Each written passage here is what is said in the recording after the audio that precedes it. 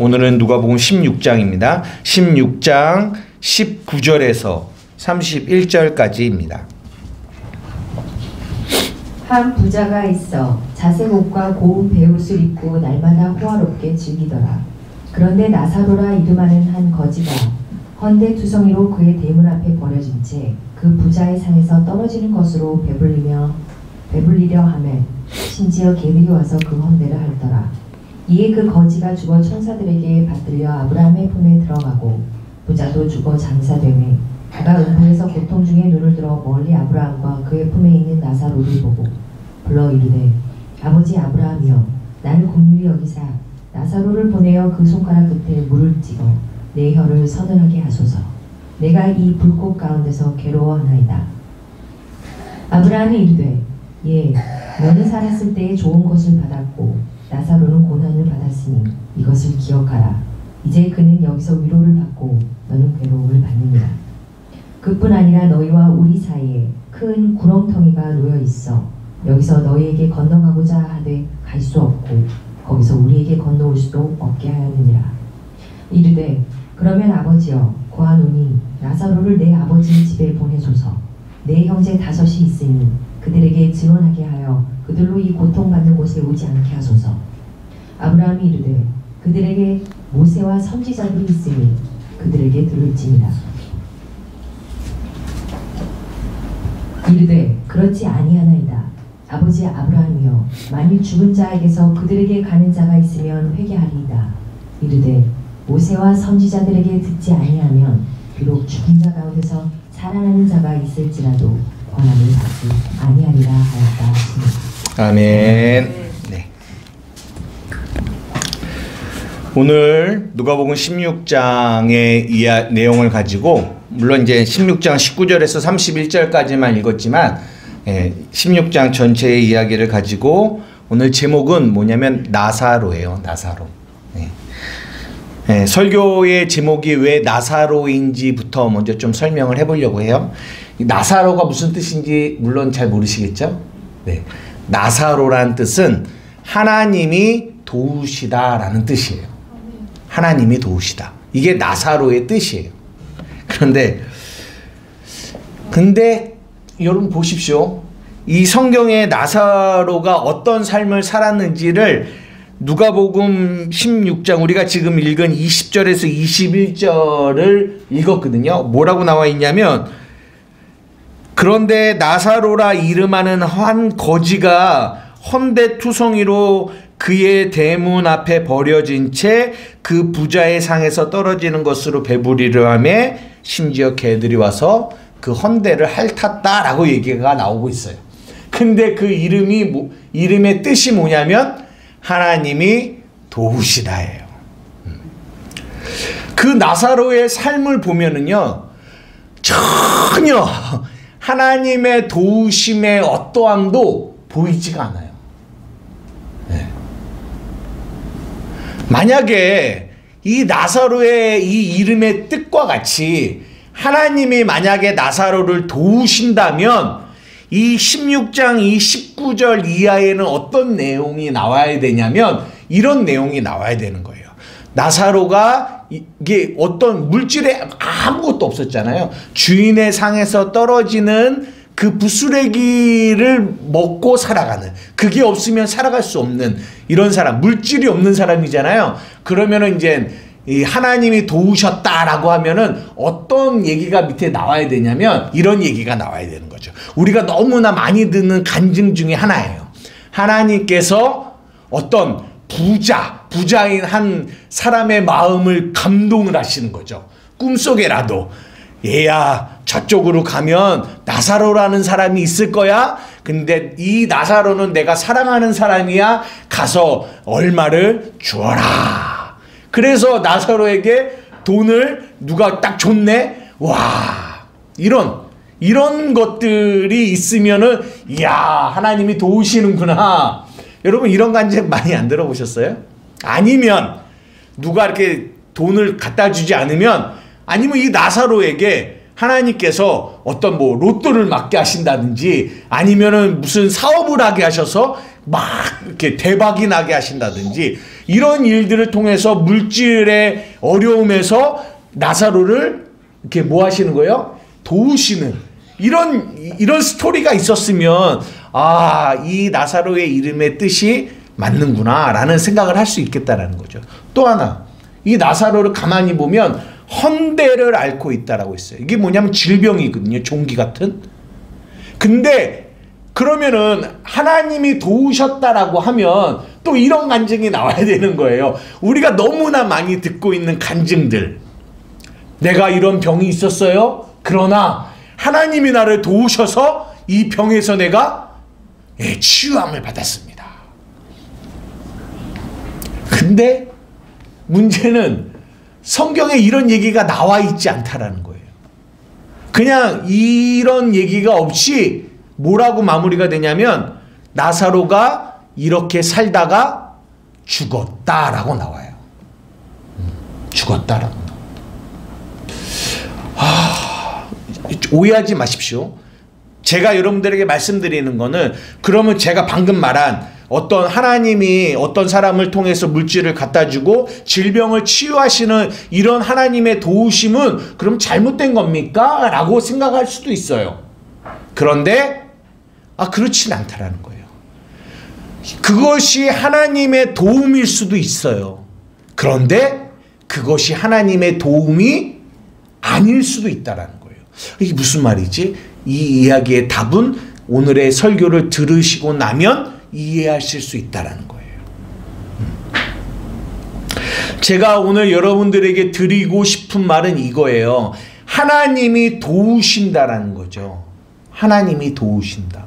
근데 하나님이 도우신다라는 이 말을 우리가 계속 얘기하고 있지만 내가 주체가 돼서 내가 원하는 하나님이 도우심.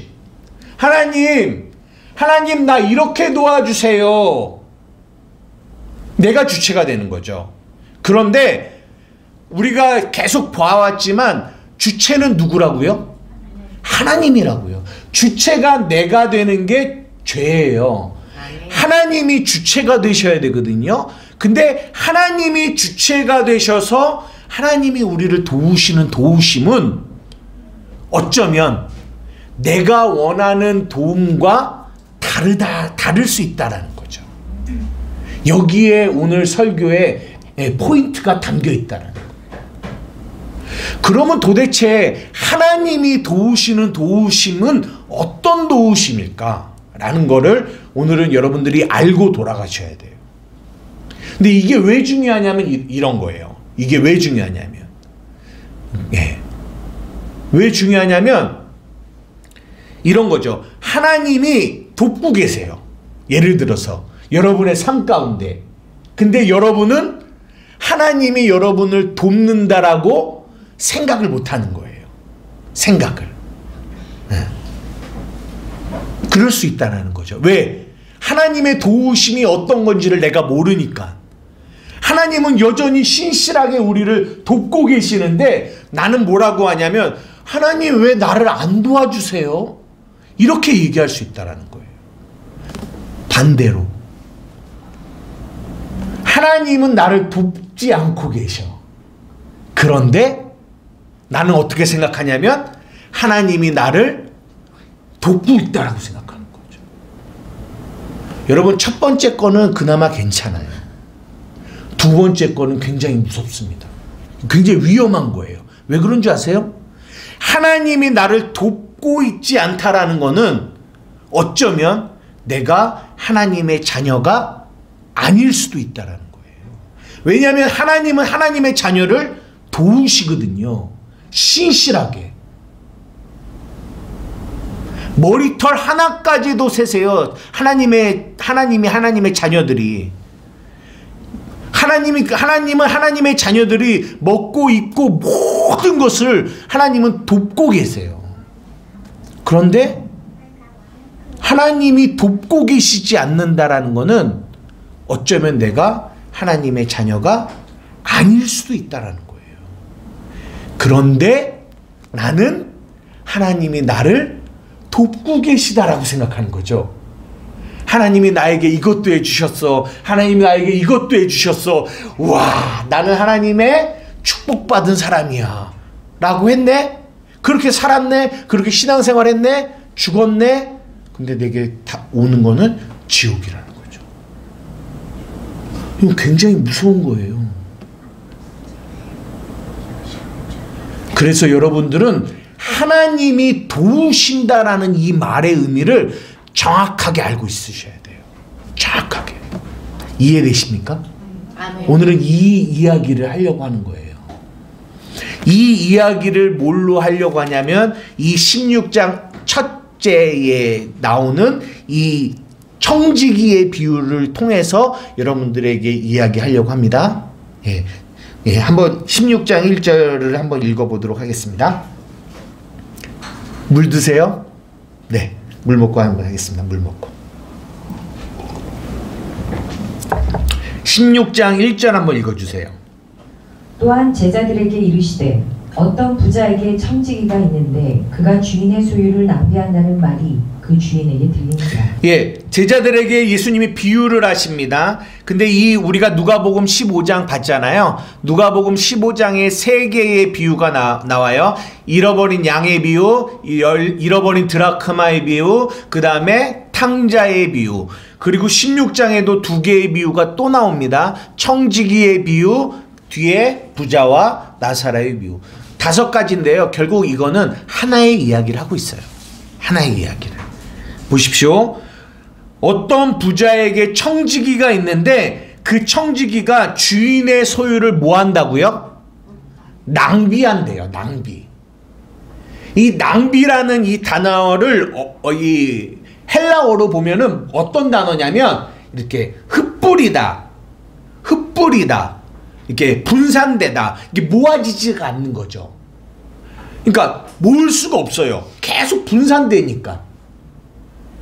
이게 모아야 이게 낭비라는 말의 반대가 우리는 저축이라고 볼 수 있나요? 저축은 모으는 거잖아요. 모아서 채워지는 거잖아요.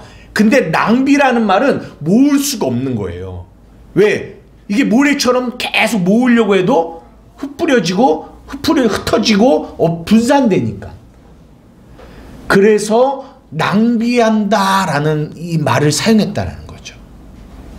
여러분, 이 낭비한다라는 말을 우리가 누가복음 이 15장에서도 봤거든요. 여러분 어디서 본 줄 봤냐면 이 탕자에게서도 봤어요. 한번 읽어볼게요. 12절 13절 읽어주세요. 그 둘째가 아버지에게 말하되 아버지여 재산 중에서 내게 돌아올 분깃을 내게 주소서 하는지라. 아버지가 그 살림을 각각 나눠 주었더니 그 후 며칠이 안 되어 둘째 아들이 재물을 다 모아가지고 먼 나라에 가 거기서 허랑방탕하여 그 재산을 낭비하더니. 여기도 동일하게 낭비하다라는 말이 나와요. 이 누가가 이렇게 일부러 이렇게 같은 단어를 썼어요. 이 탕자도 이 청지기도 같다라는 것을 보여주는 거죠. 낭비했다라는 거예요. 자신의 인생을 낭비했다라는 거예요. 근데 이 낭비라는 말이 어떤 의미인지를 우리는 이 탕자의 비유를 통해서 조금 더 정확하게 알 수 있는 거예요. 낭비했다라는 거는 아버지를 떠났다라는 거예요. 아버지를 떠나서 내 맘대로 나를 위하여. 우리가 이 누가복음 계속 보면서 죄가 뭔지를 우리가 보고 있잖아요. 죄가 무엇인지를. 자기를 위해서 살아가는 거, 나 가치 높이는 거, 내 존재를 드러내려고 하는 거, 이런 모든 것들을 다 죄라고 했잖아요. 그러니까 아버지를 떠나서 살아가는 삶, 나를 위하여 살아가는 삶, 아무리 모으려고 해도 그런 삶은 결국은 모을 수 없다라는 거예요. 흩어진다라는 거예요. 분산된다라는 거예요. 그래서 예레미야서에 보면은 하나님이 이스라엘 백성들을 향하여 이런 말씀을 하세요. 너희가 2가지 악을 행했다. 첫째, 생수의 근원인 나를 버렸다. 그리고 또 하나의 죄를 버렸는데 웅덩이를 팠는데 어떤 웅덩이냐면 터진 웅덩이를 팠다라는 거예요. 보십시오. 웅덩이가 터졌어요. 그 안에 아무리 어떤 거를 담아도 그 웅덩이에 담아질 수 있나요? 담아질 수가 없어요. 왜요? 구멍이 뚫려 있으니까요. 다 분산돼요. 흩어져요. 없어져요. 낭비되는 거죠. 이것이 우리의 삶이라는 거예요. 오늘 이 본문을 통하여 이 잃은 탕자의 비유도 그렇지만 이 청지기도 결국은 주인의 소유를 낭비한다라는 이것은 하나님을 떠난 죄인된 인간의 모습을 보여주고 있는 거예요. 그의 삶은 어떤 삶이다? 낭비하는 삶이다. 아무리 이 땅에서 잘 산다고 하고 이 땅에서 성공했다라고 하고 이 땅에서 많은 사람들의 존경을 받아도 그가 하나님의 말씀을 떠나고 복음을 떠나고 진리를 떠나서 하나님 없이 살아간다면 그의 삶은 낭비하는 삶이라는 거예요. 여러분 이해되세요? 그래서 그 낭비한다라는 말이 들리니까 뭐예요? 2절 한번 읽어주실래요? 주인이 그를 불러 이르되 내가 내게 대하여 들은 이 말이 어찌 됨이냐 내가 보던 일을 세마라 청지기 직무를 계속하지 못하리라 하니. 네, 주인이 그를 불러서 뭐라고 하냐면 너 청지기 직무를 못할 거야 라고 하는 거예요. 이게 주인의 그 소유를 낭비한 이들의 결과예요. 심판이죠. 이제는 그 직무를 할 수가 없어요. 결국은 그렇게 주인의 소유를 낭비한 자들의 삶은 결국은 심판으로 다가오게 돼요. 근데 이 이야기를 청지기가 들었어요. 들었는데 어떤 마음이 생기냐면 3절이요. 청지기가 속으로 이르되 주인이 내 직분을 빼앗으니 내가 무엇을 할까? 땅을 파자니 힘이 없고 빌어먹자니 부끄럽구나. 청지기가 속으로 말합니다. 주인이 내 직분을 빼앗았어. 내가 무엇을 할까? 내가 땅을 파자니 힘이 없고 빌어먹자니 부끄럽구나. 그러면서 중요한 말이 나오는데 4절에 내가 할 일을 알았다라고 얘기하는 거예요. 동일합니다. 잃은 탕자도 아버지를 떠나 허랑방탕하면서 살아갔어요. 살아가다가 그가 모든 것이 없어졌어요. 없앤 후에 뭐 하게 됐다고요? 궁핍하게 됐다라는 거예요. 여러분들이 이거는 단순히 이 탕자가 돈이 다 없어진 걸로 물론 성경은 표현하지만 이게 실질적인 말은 그런 의미뿐만 아니라 이 땅에서 하나님을 떠나서 살아가서 아무리 그 사람의 삶 가운데 돈이 많고 물질이 많고 지위가 충만해도요, 그 사람의 마음 가운데 어떤 마음이 생기냐면 이것으로 자기가 채워지지 않는다라는 것을 깨닫게 되는 사람들. 아무리 돈이 많아도 이 마음이 어때요? 궁핍해요. 궁핍해요. 제가 이 탕자도 이것을 느끼는 거예요. 궁핍하구나. 궁핍하구나. 그리고 이 청지기도 어떡하지? 내가 이제는 내 힘으로 아무것도 할 수가 없구나. 이것을 깨닫는 거예요. 이것이 뭐냐? 마태복음 5장 3절이 말하는 마음의 심령의 가난함. 왜 여러분들에게 이 말씀을 드리냐면 이것이 하나님이 우리를 도우시는 도우심이라는 거예요. 아멘. 이것을 깨달으니까 이 청지기가 뭐라고 하냐면 내가 할 일을 알았다라고 하는 거예요. 알았다. 여기서 할 일이라고 하는 이 단어는 어떤 단어냐면 이게 하나님이 하시는 단어예요. 예를 들어서 데살로니가전서 5장에 보면 뭐라고 나오냐면 한번 찾아볼까요? 데살로니가전서 5장 24절이에요. 한번 읽어주실래요? 데살로니가전서 5장 24절. 너희를 부르시는 이는 미쁘시니 그가 또한 이루시리라. 예, 여기서 너희를 부르시는 이는 미쁘신데 그가 이루실 거라라고 해요. 여기서 이루시다라는 이 말이 지금 말한 할 일을 알았다라는 이 할 일과 같은 거예요. 그러니까 이루시리라 누가 이루세요? 하나님이 이루시잖아요. 이거는 하나님이 창조하다, 하나님이 만들다, 이런 뜻을 담고 있어요. 그러니까 이게 무슨 말이냐면 이 청지기가 내가 할 일을 알았다라는 이 말은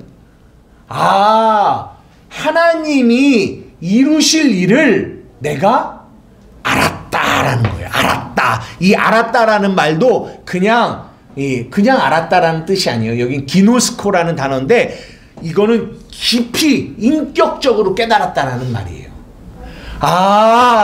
내가 하나님이 하실 일을 내가 알았다. 무슨 말이냐? 복음을 알았다라는 거예요.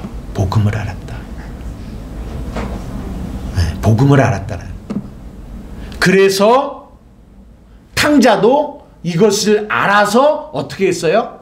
내가 아버지께로 돌아가야 되겠구나. 무슨 말입니까? 우리는 아버지를 떠나서 누구를 위해서 살았어요?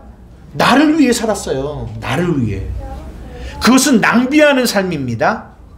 이 땅의 모든 사람들이 다 그들의 삶을 낭비하면서 살아요. 그들에게는 심판이 있습니다. 그런데 이 청지기에게도, 이 탕자에게도 뭐가 생겼어요? 그 낭비하는 삶 속에서 그냥 살아가지 않고 하나님께서 그들의 마음에 궁핍함을 주고 그들의 마음에 심령에 가난함을 줘서 내가 이렇게 살면 안 되는구나를 깨닫게 하신단 말이에요. 그러면서 깨닫게만 하시는 게 아니라 내가 할 일을 알았구나, 할 일을 깨닫게 된다는 거죠. 복음을 깨달은 거죠. 그래서 내 힘으로 살아가는 것이 아니라, 우리가 여태까지 계속 말씀드린 거예요. 내 힘으로 살아가는 것이 아니라 사람으로는 할 수 없고 누구만이 하실 수 있구나? 하나님만이 하실 수 있구나. 그럼 나는 어떡하지? 나는 하나님께로 가야 되는구나. 하나님의 도우심을 구해야 되는구나로 우리가 나아가게 된다는 거죠. 아멘. 그것을 요한복음은 뭐라고 하냐면 우리가 가지예요. 그래서 우리는 포도나무에 뭐 해야 돼요? 붙어 있어야 돼요. 그래야 열매를 맺는 거거든요. 열매를 맺어야 그 가지는 그 직무를 잘하는 거거든요. 근데 그 가지가 그 포도나무에서 떨어져서 아무리 열매를 맺으려고 해도 열매를 맺을 수 없어요. 그러니까 주인의 소유를 낭비하게 되는 거예요. 그것을 깨달은 이 청지기는 그래서 이제는 내가 할 일을 깨달았다라고 하면서 이제 그 밑에 보면 이 청지기가 주인의 것으로 무언가를 하는 내용이 나오게 된다는 거예요. 여러분 이거 이해되십니까? 아멘. 우리가 늘 고백하는 이 고백이 이거예요. 내가 그리스도와 함께 십자가에 못 박혀 죽었나니 그런즉 이제는 내가 사는 게 아니라 내 안에 그리스도가 사십니다. 이제 내가 육체 가운데 사는 것은 나를 사랑하사 나를 위하여 자기 몸 버리신 하나님의 아들을 믿는 믿음으로 사는 것입니다. 뭐예요? 우리의 옛사람이 뭡니까? 하나님을 떠나서 나를 위해서 살아가는 삶. 근데 그 삶이 뭐예요? 죽었어요. 죽었음을 깨달아요. 복음 안에서. 그러면서 내가 누군지를 깨달아요. 새 사람임을 깨달아요. 새 사람임을 깨달으니까 할 일이 보이는 거예요. 이제 내가 육체 가운데 사는 것은 예전에는 옛사람으로 살았을 때는 나를 위해서 내 힘으로 살았는데 이제는 내가 새 사람이 돼서 내가 보니까 할 일을 보게 되는데 내가 이제는 뭘로 살아가는 거예요? 믿음으로 살아가는 거예요. 어떤 믿음? 내 안에 계신 예수님이 나와 함께 살아가시고 내 안에서 그분이 나타내시는 그 삶을 살아야 되는구나를 깨닫게 되는 거죠. 아멘. 이것이 복음입니다. 성경은 이 이야기를 계속하고 있는 거예요. 계속하고 있는 거예요. 아까 처음 이야기로 한번 돌아가 볼게요. 제가 아까 이 땅에 많은 간증들이 있다고 해요. 물질이 없는데, 물질이 내게 부족한데 하나님이 누군가를 통해서 물질을 공급해줘요. 그럴 수 있습니다. 그리고 하는 사업이 잘 되게 해서 물질을 많이 줄 수도 있어요. 그리고 아픈 질병에서 나를 치료해 줄 수도 있어요. 근데 제가 아까 뭐라고 말씀드렸냐면 그것이 하나님의 도움일 수도 있지만 도움이 아닐 수도 있다라고 말씀드렸어요. 왜 그러냐면 이거예요. 하나님의 도우심에는 반드시 뭐가 있냐면 깨달음이 있어요. 무슨 깨달음? 세상 것은, 세상에서 살아가는 것은 낭비하는 삶이구나, 헛된 삶이구나 라는 거를 하나님의 도우심은 반드시 그거를 깨닫게 하세요. 근데 이 깨달음이 없다면, 이 깨달음이 없이 돈이 없는 자들에게 돈을 주고 질병이 든 사람들에게 질병을 치유해 주면 여러분 어떤 일이 발생하는 줄 아세요? 그 사람은 그 돈으로 인해서 하나님을 떠나요. 그 건강을 가지고 타락한 삶을 살게 됩니다. 그럴 수 있다는 거예요. 그러면 그것이 하나님의 도우심이겠냐는 거예요. 아니라는 거죠. 그런데 우리는 단지 질병이 낫고 돈인 하나님의 물질의 축복을 주면 그것이 뭐라고 생각해요? 하나님이 나를 도우셨다라고 생각해요. 그래서 하나님이 나를 도우셨어, 나는 축복받았어 라고 생각한단 말이에요. 그런데 아까 말씀드린 것처럼 그것이 하나님의 도우심이 아닐 수 있다라니까요.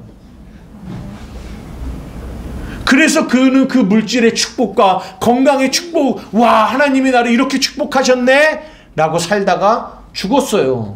그런데 알고 보니까 내가 간 곳은 어디예요? 지옥이에요. 하나님이 도우신 게 아니었죠. 만약에 정말 하나님이 도우셨다면 그는 그 안에서 뭔가를 깨달았어야 돼요. 뭐요? 이 세상은, 이 세상에서 사는 것은, 이 세상에서 나를 위하여 살아가는 것은, 하나님을 떠나 살아가는 것은, 그것은 낭비하는 삶이구나. 그것은 헛된 삶이구나. 나의 만족과 나의 유익을 위하여 가지려고 했던 거, 이것이 다 해구나. 이것을 깨닫게 하신다고요. 이것이 하나님의 도우심입니다. 이해가 되세요? 아멘. 제가 이 말씀을 곰곰이 묵상하다가 누가 생각이 났냐면 소돔과 고모라의 롯이 생각났어요. 롯이. 소돔과 고모라에. 보십시오. 하나님이 어떻게 도우시는지. 아브라함이 롯과 같이 갈대아 우르에서 나왔어요. 그런데 이게 막 풍성해지는 거죠. 그러니까 막 서로가 싸우잖아요. 그러니까 아브라함이 뭐냐면, 롯아, 너 이 땅을 봐. 너가 좋은 땅을 골라. 너가 거기 가. 내가 너가 가는 다른 방향으로 갈게. 그랬더니 롯이 가만히 봤더니 어디가 보이냐면 소돔과 고모라가 보이는 거예요. 그런데 그때 소돔과 고모라를 보고 롯이 뭐라고 했냐면, 이곳은 여호와의 동산 같고 애굽과 같더라 라고 얘기해요. 이게 무슨 말입니까? 파라다이스 같다라는 거죠. 너무 좋아 보이는 거죠. 너무 좋아 보이는 거죠. 막 풍성하니까요. 그래서 그 소돔과 고모라로, 이 세상으로 롯이 들어갔어요. 근데 여러분들이 잘 아시는 것처럼 그 소돔과 고모라는 어떤 곳이에요? 예, 타락한 곳이에요. 하나님을 떠난 곳이에요. 하나님이 없는 곳입니다. 그곳에서 이 롯이 사는 거예요. 성경은 그때의 이 롯의 모습을 어떻게 표현하고 있냐면 한번 찾아볼게요. 베드로 후서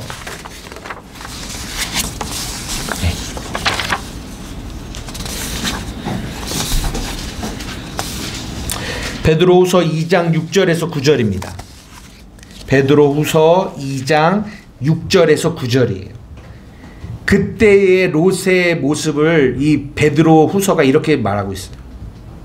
소돔과 고모라 성을 멸망하기로 정하여 제가 되게 하사 후세에 경건하지 아니할 자들에게 본을 삼으셨으며 무법한 자들의 음란한 행실로 말미암아 고통당하는 의로운 롯을 건지셨으니 이는 이 의인의 그들 중에 거하여 날마다 저 불법한 행실을 보고 들으므로 그 의로운 심령이 상함이라.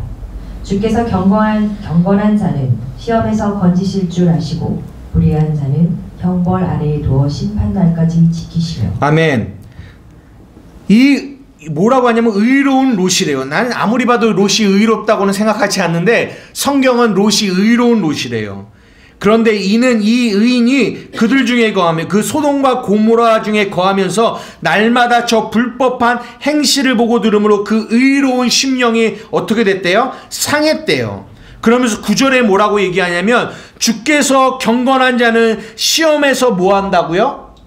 건지신대요. 불의한 자는 형벌 아래에 두어 심판 날까지 지키신대요.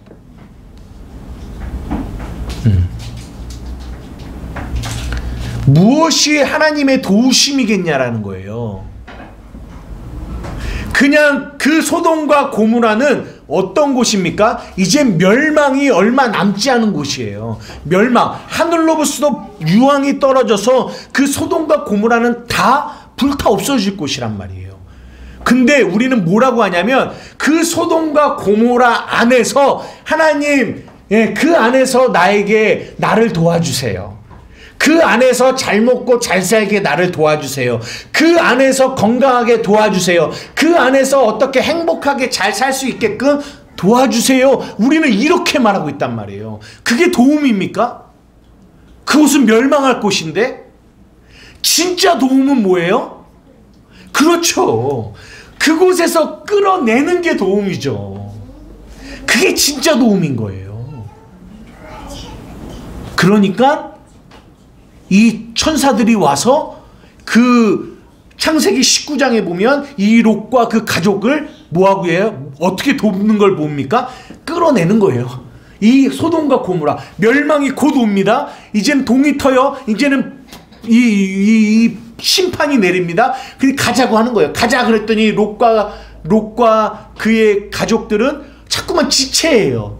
근데 시간이 다 됐네. 하나님이 그들을 어떻게 도우냐면 초자연적인 방법을 쓰세요. 그들을 데리고 뿅 해서 어느 지역으로 데리고 가요. 그렇게까지 놓으세요. 그래서 그 소돔과 고모라에서 뭐예요? 건지신다고. 여러분 잘 아시죠? 롯의 처는 그 세상을 바라보다가 뭐가 됐어요? 돌기둥이 됐어요. 여러분 돌기둥이 됐다라는 걸 그냥 이렇게 그냥 어떤 돌기둥이 됐구나 이렇게 생각하시면 안 되고요. 우리도 여전히요 계속 세상을 바라보면요 우리의 마음이 돌기둥이 돼요. 이런 얘기하는 거예요. 그냥 무슨 드라마에 나오는 이렇게 봤더니 뿅 돌이 됐다 이런 얘기하는 거 아니에요. 끊임없이 우리도 세상을 바라보면요 뭐가 돼요? 돌기둥이 돼요. 돌기둥이 되면 어떻게 되는 줄 아세요? 하나님의 이 도우심의 이 말씀, 하나님은 말씀을 우리를 도우시는데요. 그 말씀을 뭐 하게 되냐면 이 마음이 돌기둥이 된 사람들은요 뭐 하냐면 비웃어요. 비웃어. 성경이 그래서 여기에 이 누가복음 17장에 그런 사람이 나오는 거예요. 한번 찾아봅시다. 누가복음 16장. 그들이 누군 줄 아세요? 16장 14절. 바리새인들은 돈을 좋아하는 자들이라 이 모든 것을 듣고 비웃거늘. 이들은 이 모든 얘기를 들었어요. 이 모든 얘기가 뭔 줄 아세요? 봐라, 세상은 돈을 사랑한, 돈은 여기서 말하는 돈을 좋아한다는 거는 이 머니를 좋아한다는 얘기가 아니에요. 바리새인은 그런 사람들이 아니에요. 그들은 굉장히 우리가 보기에 청렴 결백한 사람들입니다. 그들은 그냥 막 우리가 일반적으로 아는 그런 돈을 좋아한다 이런 얘기가 아니에요. 그들은 나를 위해 살아가는 거 이거를 말하고 있는 거예요. 그러니까 나를 위해 살아가는 돈을 좋아하는 자들이라 그래 이 모든 이야기를 듣고 뭐 한다고요? 비웃는 거예요. 아이고, 하나님을 위해서 살아간다라는 거, 은혜로 살아가는 거, 아이 그런 게 어딨어. 그런 거 없어. 진리가 와도요, 복음이 와도요, 그의 마음이 굳어져 있기 때문에, 돌 같기 때문에요, 돌 같은 이 마음 때문에 이 복음이 들어오질 않는 거예요. 그러니까 그들은 여전히 어디에 머물러 있어요? 소돔과 고모라에 머물러 있어요. 그리고 나서 이 참된 하나님의 사람들을 바라보면서 뭐 하냐면 비웃어요. 아이고 저런 바보 같은 사람들. 비웃어요. 하나님을 위해 살아? 나를 위해 살기도 바쁜 세상에 그들은 비웃습니다. 누구도 또 비웃었는 줄 알아요? 이 소돔과 고모라에서 똑같이 비웃었다라는 얘기가 나와요. 사위들한테 이 롯이 가서 얘들아, 예? 곧 멸망이 와. 소돔과 고모라가 너희들 나랑 같이 가자. 그랬더니 그 사위들이 뭐라고 하냐면 이 롯의 말을 농으로 여겼다라고 얘기해요. 농담으로 여겼다라는 말을 어원으로 보면 비웃었다라는 말이에요. 여기서 말하는 이 바리새인들이 예수님의 말씀을 듣고 비웃은 거와 똑같습니다.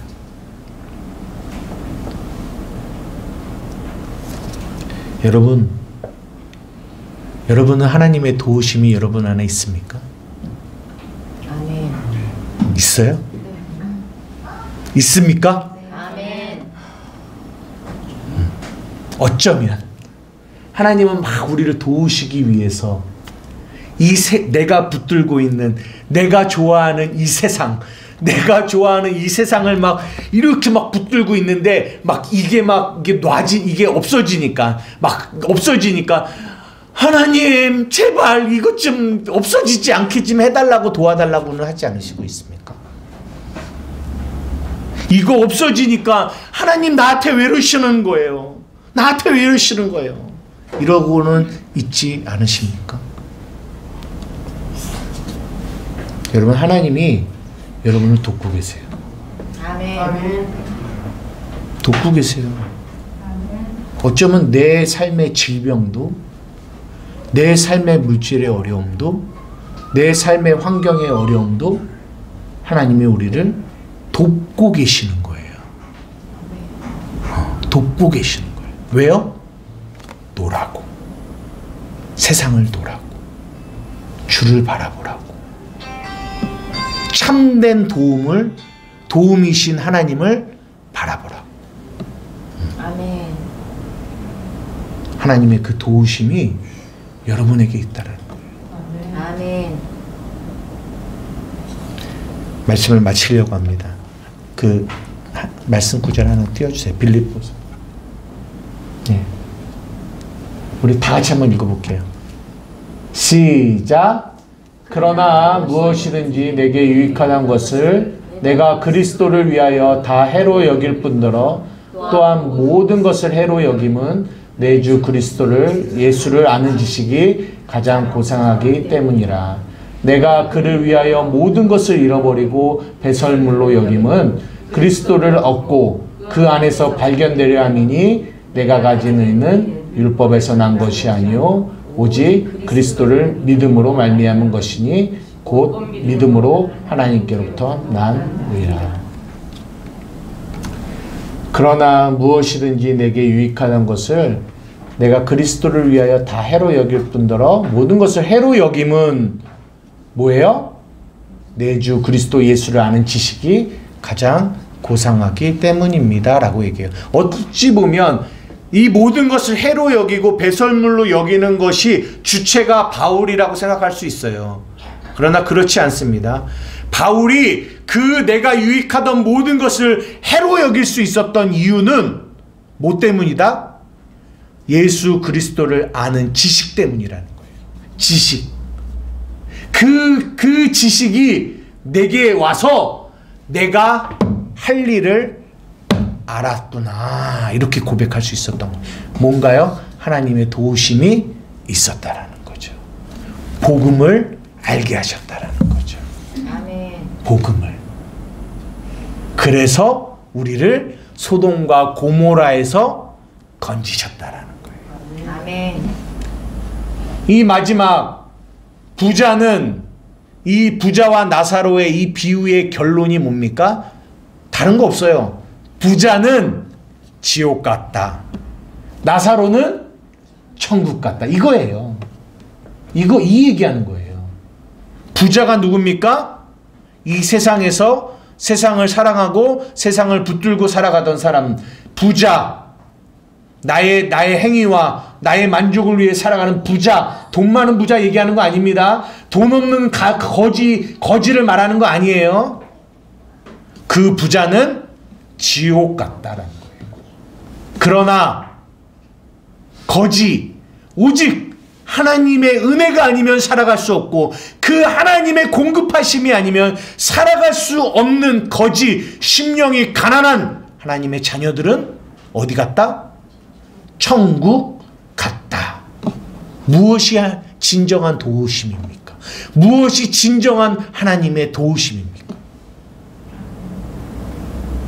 불법을 행하는 자들은 그대로 내버려 두시고 하나님의 사랑하는 자녀들은 그 불법한 소돔과 고모라에서 건지시는, 이것이 하나님의 참된 도움이다 라는 것을 오늘 성경이 이야기해 주고 계십니다.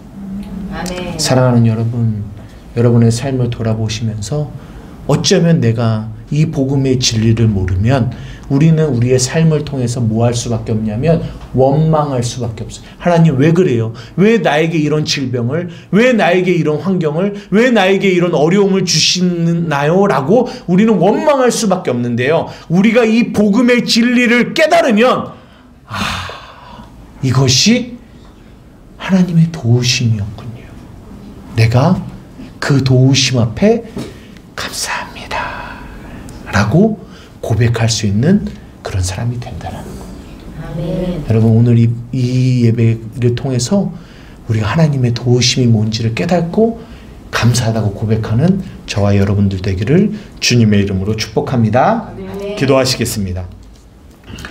사랑과 은혜가 많으신 하나님 아버지, 오늘 누가복음 16장을 통하여 하나님의 도우심이 무엇인지를 우리가 살펴보았습니다. 하나님, 우리를 도우시고 계시는 하나님의 그 은혜가 우리의 삶에 얼마나 많은지 모르겠습니다.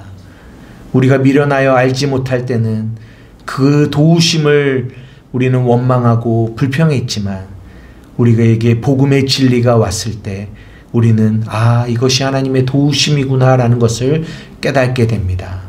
하나님, 내가 할 일을 알았습니다. 이제는 내가 내 힘으로 살아가지 않게 하여 주시고 나를 위하여 살아가지 않게 하여 주시고 내 뜻대로 살아가지 않게 하여 주시고 아버지께로 돌아가 아버지를 위하여 살고 아버지가 주시는 힘으로 살아가는 우리 한맘교회 성도들이 되게 하여 주시옵소서. 예수님의 이름으로 기도드리옵나이다. 아멘.